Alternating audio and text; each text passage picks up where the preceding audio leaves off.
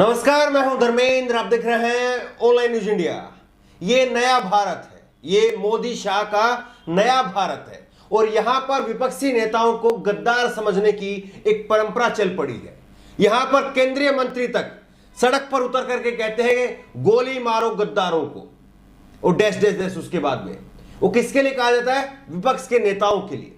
और अब खुल करके बीजेपी के नेताओं ने जो बात यहां पर चल रही थी, जो बात हिंदी भाषी राज्यों में थी, वो अब दूर तक पहुंचा दी है। पूर्वोत्तर के राज्यों में भी ये पहुंच गया है। किस तरह से त्रिपुरा के अंदर बीजेपी के एक नेता है और बीजेपी के नेता ने कहा है खुल करके कि आप टीएमसी के नेता कार्यकर्ता जब आए तो उनके ऊपर तालिबान की स्टाइल में हमला करना, तालिबान की तरह से उनके ऊपर हमला करना। इसको क्या कहेंगे आप? क्या नया भारत इस तरह से नरेंद्र मोदी जी बना रहे हैं? क्या अमित शाह, नरेंद्र मोदी वो इस तरह से मिल करके नए भारत का निर्माण कर रहे हैं जहां पर विपक्ष के नेताओं को आप गद्दार समझते हैं, जहां पर विपक्ष के नेताओं के लिए आप कहते हैं कि तालिबान की स्टाइल में उन पर हमला कीजिए? यह नया भारत कदापि नहीं हो सकता। यह हमारा भारत नहीं हो सकता। हमारा भारत तो वो है जहां पर अटल बिहारी वाजपेयी के लिए देश के पहले प्रधानमंत्री नेहरू कहते हैं कि ये लड़का आगे चल करके प्रधानमंत्री बनेगा। हमारा नया भारत तो वो होना चाहिए जहां पर राजीव गांधी जी ने इलाज के लिए अटल बिहारी वाजपेयी को अमेरिका भेजा। नया भारत तो वो होना चाहिए। आप जो भारत रख करके गए थे, हमारे जो पहले के प्रधानमंत्री, पहले की सरकारें, उसी को अगर आगे बढ़ा देंगे तो इस देश के ऊपर एहसान होगा। लेकिन आप किस तरह का नया भारत बना रहे हैं? आप कह रहे हैं कि तालिबान की स्टाइल में उस पर हमला करो। आप दिल्ली में आपने कहा कि गोली मारो गद्दारों को, और वो बात अब वहां तक पहुंच गई है। ये खबर आप देख लीजिए। त्रिपुरा में टीएमसी पर बरसे बीजेपी नेता भौमिक, ये इनका पूरा नाम है, विधायक है ये त्रिपुरा में बीजेपी के, और अरुण चंद भौमिक इनका पूरा नाम है। इन्होंने कहा कि तालिबान स्टाइल में उन पर हमला करने की जरूरत है। भारतीय जनता पार्टी के विधायक अरुण चंद भौमिक ने विवादित टिप्पणी करते हुए कहा कि टीएमसी पर तालिबानी स्टाइल में उन पर हमला करने की जरूरत है। तो वाकई देखिए जरूरत है। किस तरह के विपक्ष बना दिया है। आज विपक्ष का मतलब यह हो गया कि वो मुसलमान है। अगर कोई भी अगर बीजेपी में आ जाता है तो वो हिंदुत्व में आ गया। बीजेपी मतलब हिंदुत्व, और बाकी की सब पार्टियां जो है, जितने भी सेकुलर पार्टी है या कोई और पार्टी है, वो अब मुसलमान बना दी जाती है। उसको गद्दार बना दिया जाता है, उसको पाकिस्तान के साथ में जोड़ दिया जाता है। यहां पर बीजेपी के नेताओं में ये चलन है कि वो विपक्ष के नेताओं को पाकिस्तान की टिकट देते हैं। गिरिराज सिंह ने ये चलन शुरू किया था और उसके बाद में तमाम नेता अब खुल करके कहने लग गए हैं कि आपको अगर सस्ता पेट्रोल चाहिए तो आप तालिबान में चले जाइए, अफगानिस्तान में चले जाइए। ये इस तरह की भाषा इस देश के लिए सही नहीं है, इस देश के लोकतंत्र के लिए सही नहीं है। लेकिन आप सोच करके देखिए ये प्रेरणा कहां से आ रही है। जो ये बीजेपी के विधायक हैं अरुण चंद भौमिक, इन्होंने जो कहा है, इसकी प्रेरणा कहां से आ रही है उसके ऊपर पहले बात करते हैं, और उसके बाद में आपको बताएंगे कि अरुण चंद भौमिक ने जो कहा है इसके पीछे उनका मकसद क्या है, क्या वजह आ गई कि उनको इस तरह की भाषा का इस्तेमाल करना पड़ा त्रिपुरा के अंदर। लेकिन सबसे पहले इनकी प्रेरणा क्या है? प्रेरणा नरेंद्र मोदी जी से मिलती है। नरेंद्र मोदी जी को आप याद करिए।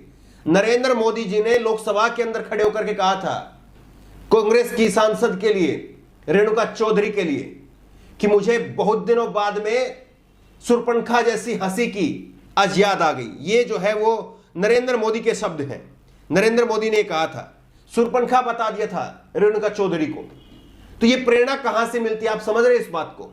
ऊपर से बीजेपी ने, अब जो बीजेपी है वो अटल अडवाणी की बीजेपी नहीं है, ये बात सब जानते हैं और इस बात को तमाम लोग इस बात को दोहराते हैं। लेकिन नरेंद्र मोदी और अमित शाह ने बीजेपी को इस तरह से बना दिया है चुनाव जीतने के लिए कि अपने जो विपक्ष के नेता हैं उन पर किसी तरह से भी अटैक करो, किसी तरह से भी लोगों के अंदर ये छवि बना दो कि हाँ वो मुस्लिम हितैषी हैं, हाँ वो गद्दार हैं, हाँ वो हमारे दुश्मन देश से ताल्लुक रखने वाले हैं। इस तरह की छवि बना दिया है।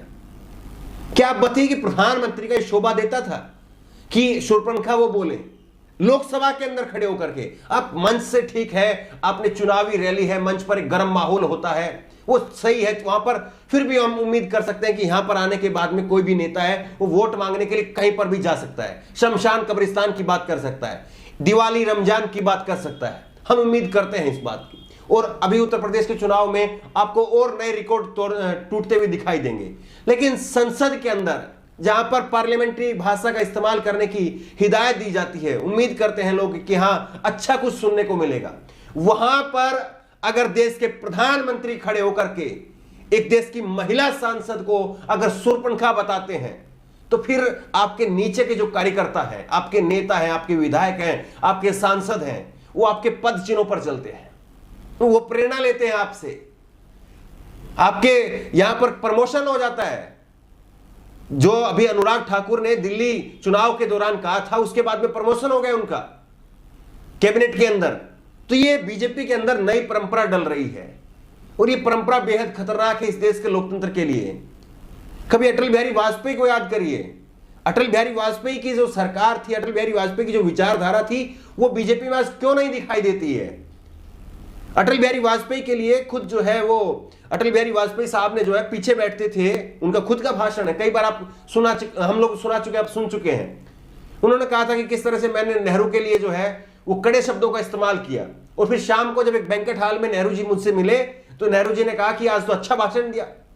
ये एक राजनीति थी उस वक्त की, वही अटल बिहारी वाजपेयी की रखी हुई सरकार वही बीजेपी है, लेकिन उस बीजेपी में से अटल बिहारी वाजपेयी की जो विचारधारा है वो निकाल करके पता नहीं कहां फेंक दी गई है।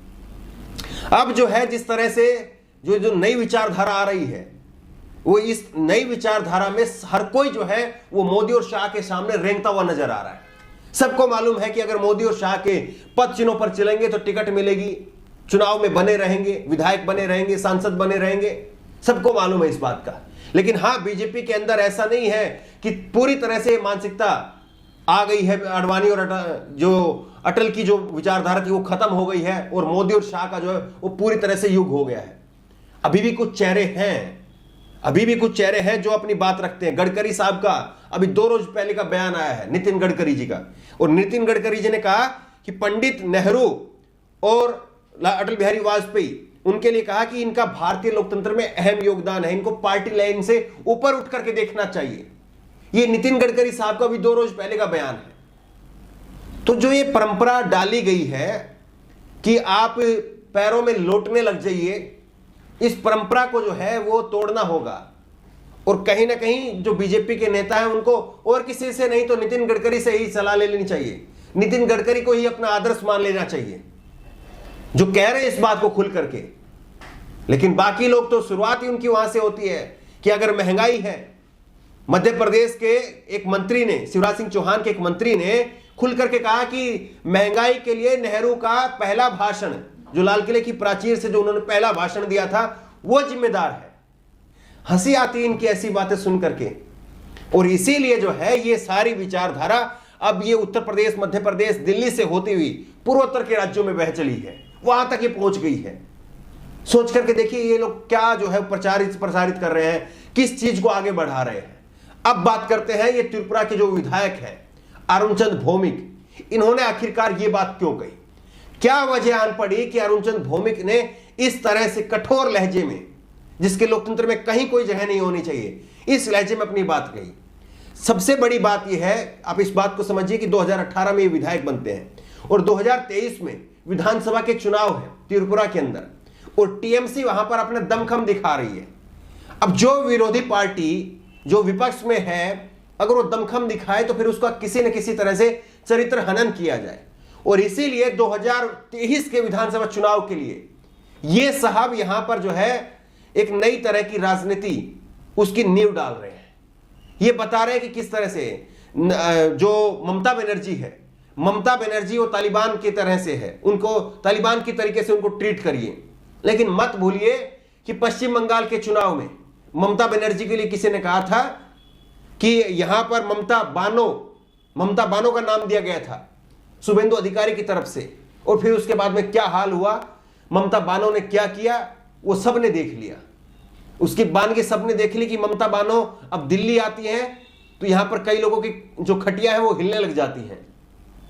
इसलिए सबसे बड़ी बात यह है कि देश भी रहेगा, बीजेपी भी रहेगी, कांग्रेस भी रहेगी, टीएमसी भी रहेगा, हर कोई रहेगा। इस देश में सत्ता आनी जानी चीज है, आज वो सत्ता में है, कल आप विपक्ष में है, ये चीज होती रहेंगी।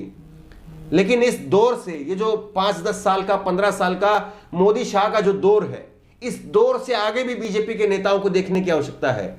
केवल यही दौर जो है वो नहीं रहेगा, कोई और नेता आएगा, कोई और नेता जो है आपका नेतृत्व करेगा, लेकिन इस तरह की जो भाषा आप इस्तेमाल कर रहे हैं अपने विरोधियों के लिए, वो लिखी जा रही है, उस पर बात हो रही है। आज नहीं होगी तो कल होगी, और जब कल होगी तो आप क्या मुंह दिखाएंगे कि आपने इस देश के लोकतंत्र के जो अध्याय लगातार जुड़ते जा रहे हैं उसमें क्या पन्ने लिखे आपने, उन पन्नों पर आपने क्या लिखा है वो आने वाली पीढ़ियां पढ़ेंगी। बहरहाल, जिस तरह से बीजेपी के अंदर ये परंपरा चल गई है, जिस तरह से बीजेपी के अंदर ये जो नई परंपरा है अपने विरोधियों को पाकिस्तानी और मुस्लिम हितैषी दिखाने की, क्या आपको लग रहा है कि ये कहीं से भी सही है देश के लोकतंत्र के लिए?